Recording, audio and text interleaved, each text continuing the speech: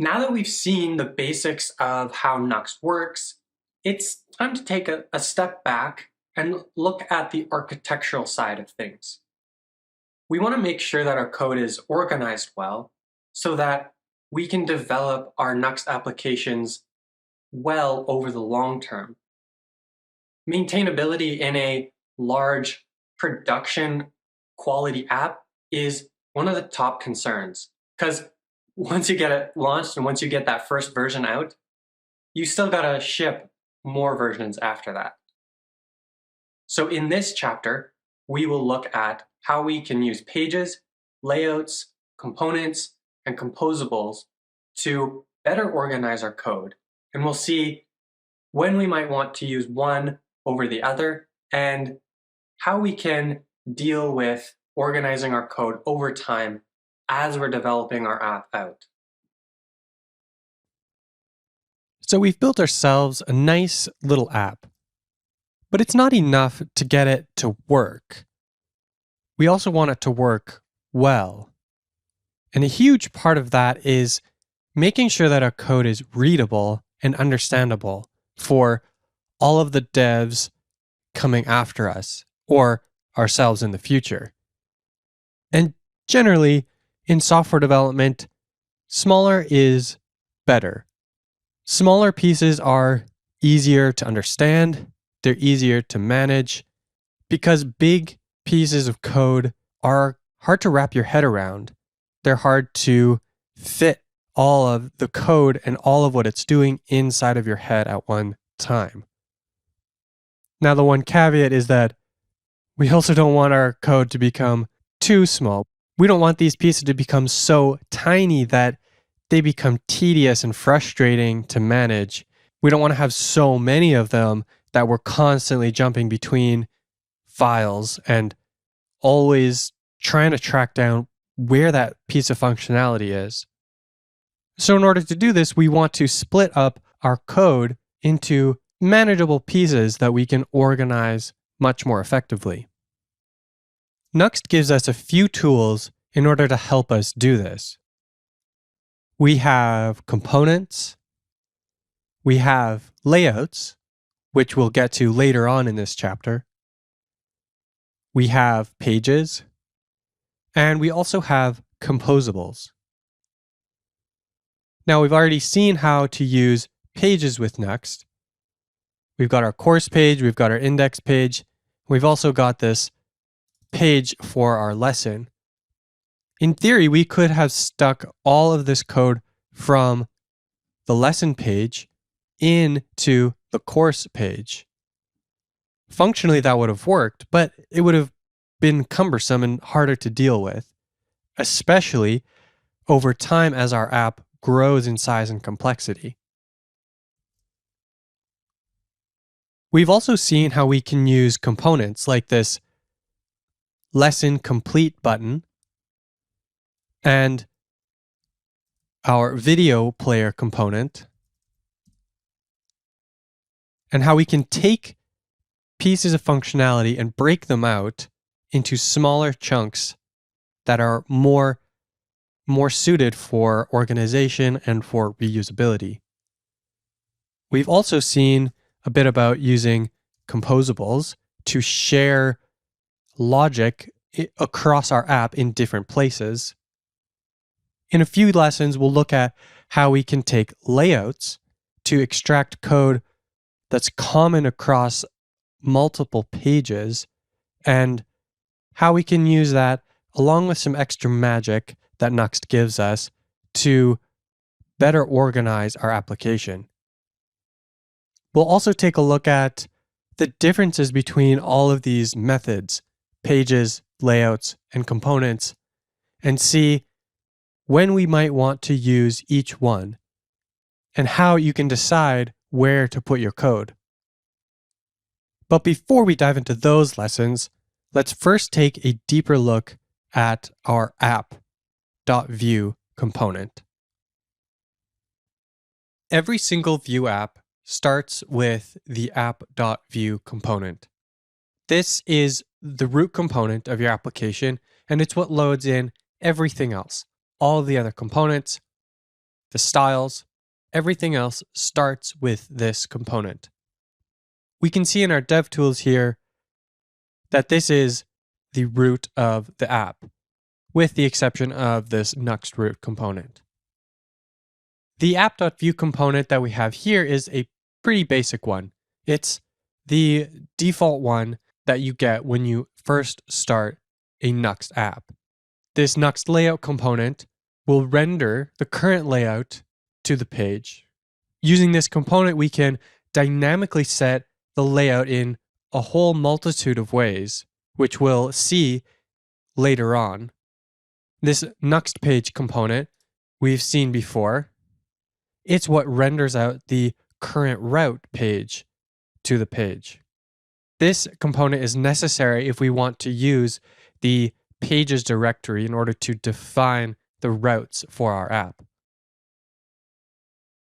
Most websites will end up using pages like this.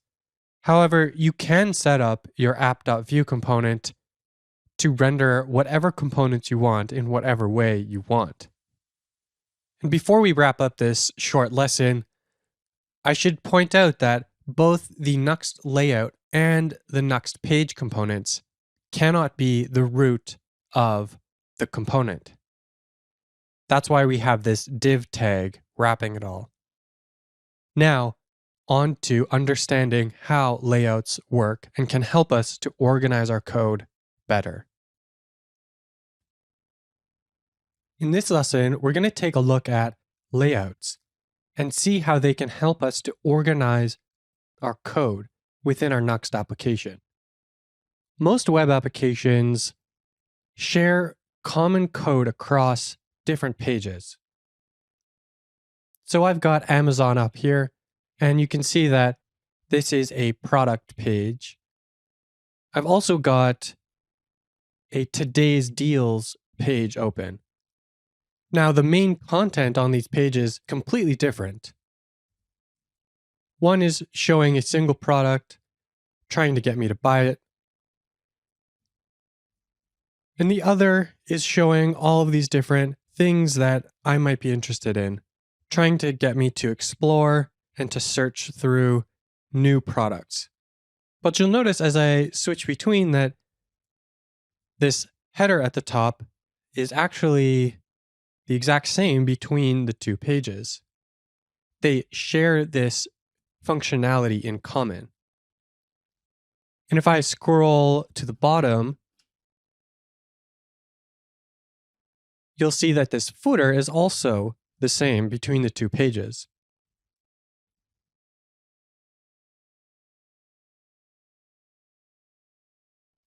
What layouts do is they allow us to share common code like this across these pages. Instead of defining the footer and the header multiple times in different pages, we can define it once in a single layout and then use that layout in multiple pages. They also give us a performance benefit because we're not shipping extra code or mounting and remounting the same elements over and over again as we switch between different pages. Before I show you how to use layouts within Nuxt, I want to quickly get something out of the way. You may be wondering, well, why can't we just use components like we have been? This is exactly what components are for. They let us pull out common pieces of functionality that we can reuse in multiple places. The first reason is convention. All Nuxt apps are built in the same way. And so if you use layouts for this type of code, then any developer who's familiar with how Nuxt apps work know that if they want to change something on the footer or they want to change something on the header, that code is likely to be found in a layout somewhere. So that's the first one, convention. It helps us to make our apps easier to understand and to navigate. The second one is that Nuxt actually adds a whole bunch of extra magic onto layouts, which we'll get to in a moment. Things like dynamically updating, transitions between layouts, deep integrations with Nuxt content if you're using that in your web application. But now let's create a default layout for our app. We see in our course component that we've got a bit of styling for the background. But in our home page, it's pretty basic. Let's add a default layout so that both of these pages use the same background styling. To create our default layout, we'll just create a default view component in the layouts folder.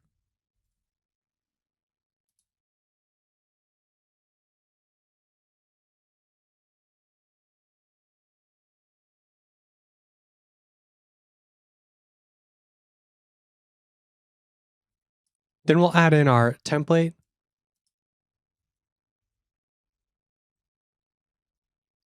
And then remove this extra div from our course page.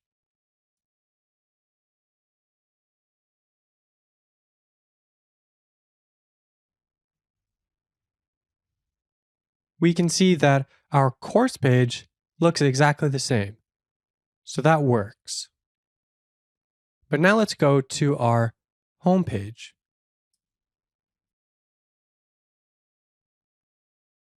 Now, because it's using the layout, it has the gray background and centers the text on the screen. As we saw in the previous lesson, our app.view component is rendering out this layout and then rendering out the home page within it. So that's how we're able to get this default styling here. We're able to do much more with layouts than just to provide some default styling across pages. We can use the define page meta composable to dynamically change what layout we're using on a page-by-page basis.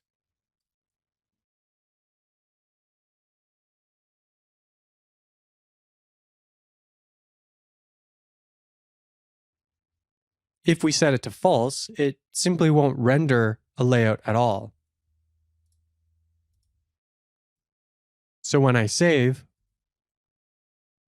and refresh this page, suddenly we've lost our layout. We can also specify custom layouts. So let me first create a new layout.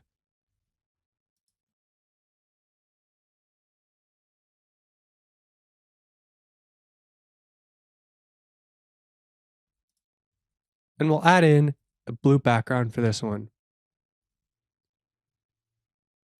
In our course page, we change this to the name of the layout that we want to use.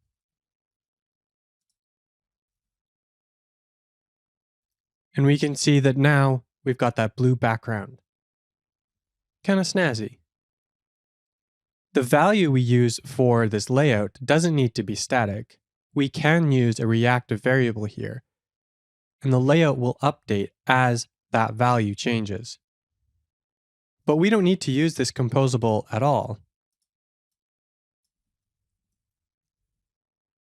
We can hard code the name of a specific layout onto our Nuxt layout component.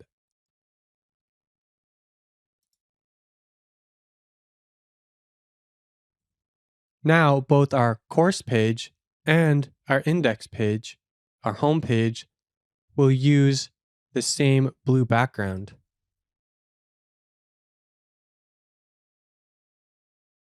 So that's how we can use layouts in Nuxt to organize our code. Right now, our app isn't too complex, so we don't actually need more than one single default layout. But as the complexity and the size of your app grows, you'll need to find more and more ways to organize your code better, and layouts become extremely valuable.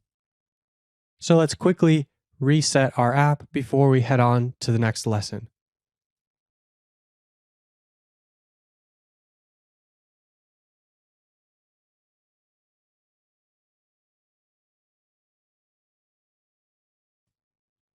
So we have a bit of a problem here.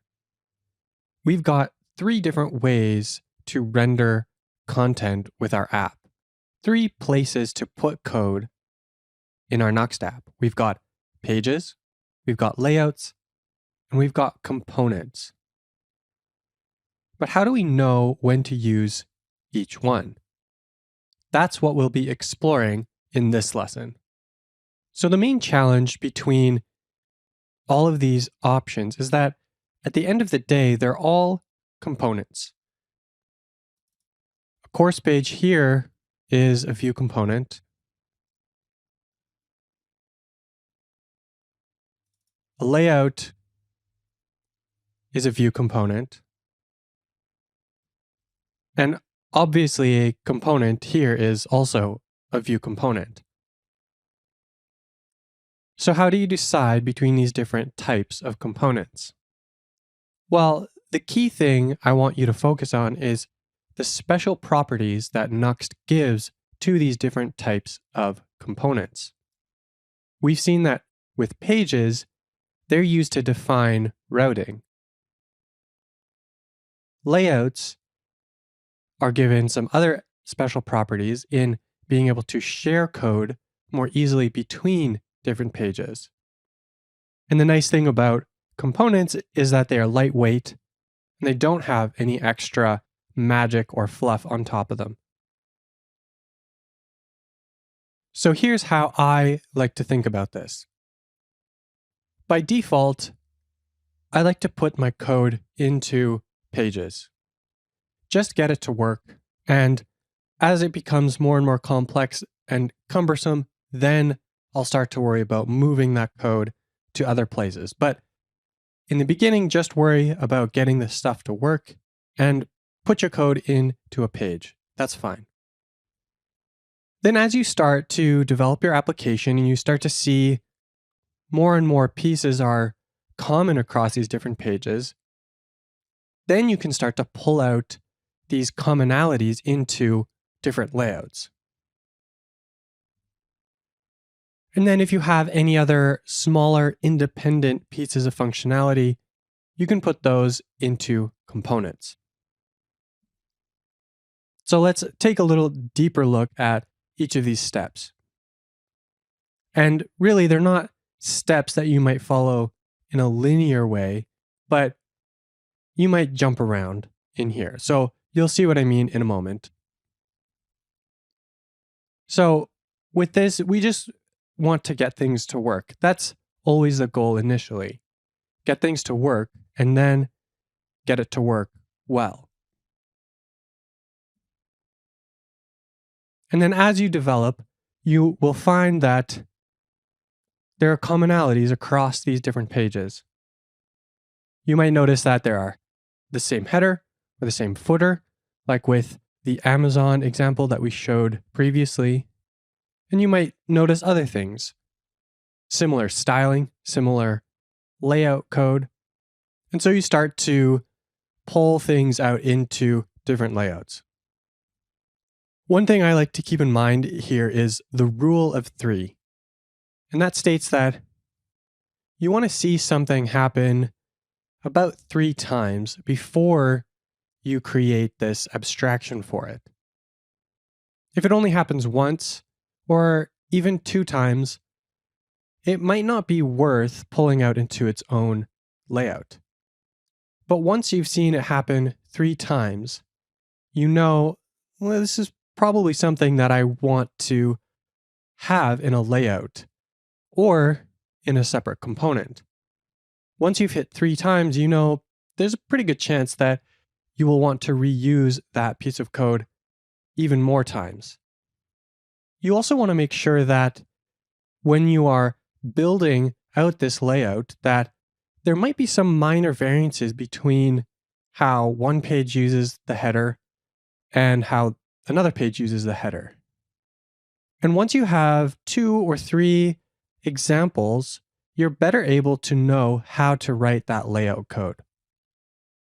So that's just something to keep in mind.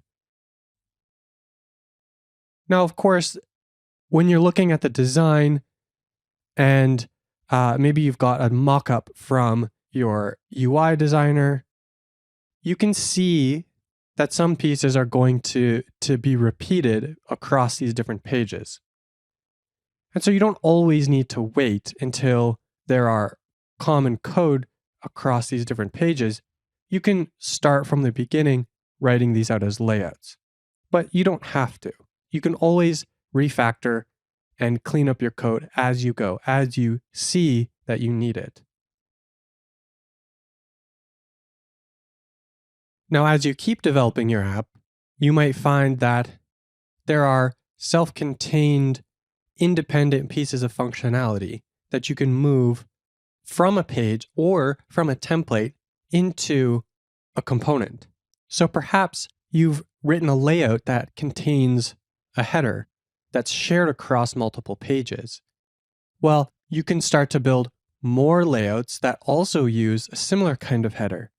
Well, now it makes sense to go one step further and pull out that header into its own component. And then these templates can all use that component. Before I get into showing some examples, I want to take some time to go through a couple points you want to keep in mind as you go through this process. Sometimes deciding between whether something should be a layout or go straight to a component might be tricky. So one question I would ask is, where would you expect to find that code? We created a video component, and to me that seems like something that when I'm going through the code base, I would expect that a video player would be its own component and not part of a layout. Whereas a header or a footer, I would expect that code to be part of the layout and not necessarily its own component. Another way to think about this is that components typically do one thing, whereas layouts often do multiple things. So a component would play a video or provide us a button to mark a lesson as complete. But a layout would combine a header with a footer, some styling, as well as the next page that we are going to render. So that's another way of thinking about it. But in general, this idea of incremental refactoring always applies in that start by putting code into a layout, and then if you find that it makes more sense to move it into a component, you can always come back and refactor and move that into a component later on. And once we start dealing with abstractions like this, there are no hard and fast rules, and a lot of it relies on intuition and experience, and it's something that's frankly very difficult to teach through a course, unfortunately. We've been following this method of development throughout this course. I've been trying to keep it as close to how I would actually develop a real production app.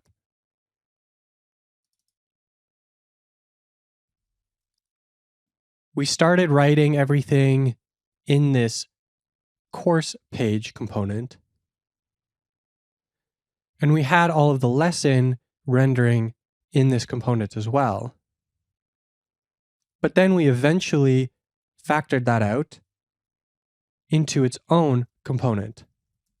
And then we created this lesson slug page component.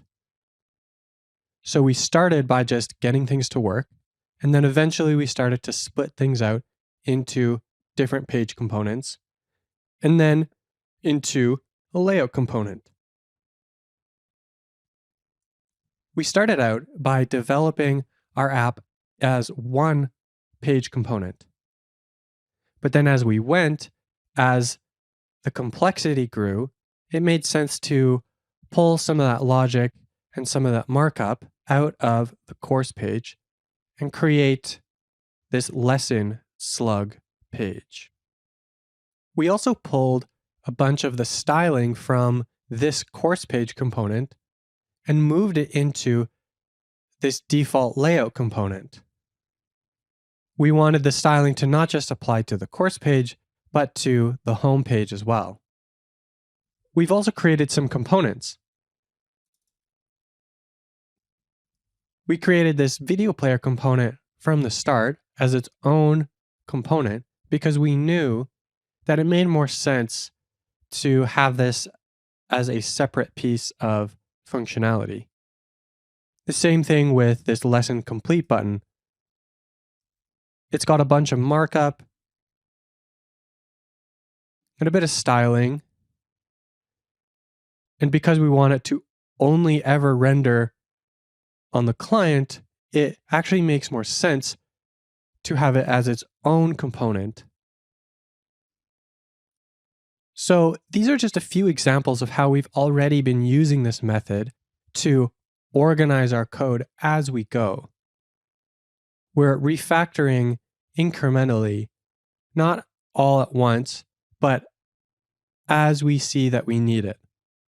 And I want to reiterate that knowing where to place different things and how to organize your code and split up components and split up layouts and composables even, that all comes with experience. There are not a whole lot of hard and fast rules about how to do it. But hopefully these guidelines that I've outlined in this lesson can get you started and help you to understand when you might want to use a page versus a layout versus a component. We've gone through how to organize our code in our Nuxt app using pages, layouts, and components. But we haven't yet talked about how we can use composables to organize our reactive logic. First, let's give a quick definition of what a composable is. It's any reactive logic that we have in our app can become a composable. But first, let's back up and discuss a bit about what a composable actually is. Any reactive logic in your app can become a composable if it uses any of Vue's reactivity API, such as refs, computed, watchers, things like that. We can take that logic and package it up into a composable. And there are three main types of composables. We have single-use composables, where we're just trying to extract a bunch of complicated logic out of a page or out of a component so that it's easier to read. Again, smaller pieces are generally easier to understand and wrap our heads around. So all we're doing here is taking a big thing and breaking it into smaller chunks. We also have reusable composables. These are the most common type of composables, like our use course composable that we've created in this app, where we have a set of functionality that we want to use in multiple places.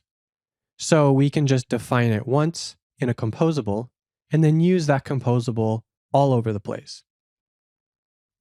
The third type of composable is generic. These are composables that are not specific to your business logic, but generally useful. Things like use local storage that we've used from Vue Use. Any app could use local storage. And so this is more of a generic composable that's not specific to our own project. Almost everything you would find in Vue Use, I would classify as a generic composable. But on occasion, you may find that you need to create your own generic composable to simplify your own app. When using composables, they all live inside of this composables folder. And any composable that we define here, whether it's a JavaScript one or a TypeScript one, if we have them inside of this composables folder, it will be auto-imported into our components and our pages and layouts. So we've already seen this, that we have this use course composable, but then in our course page, we don't have to import it at all. We just get to use it. Now we've seen a few different ways in which we can use the features that Nuxt comes with to better organize and better architect our applications. We saw that smaller pieces of functionality are typically easier to understand and easier to organize. And we saw how we can use pages and layouts and components and utilize their different strengths to organize our code in different ways.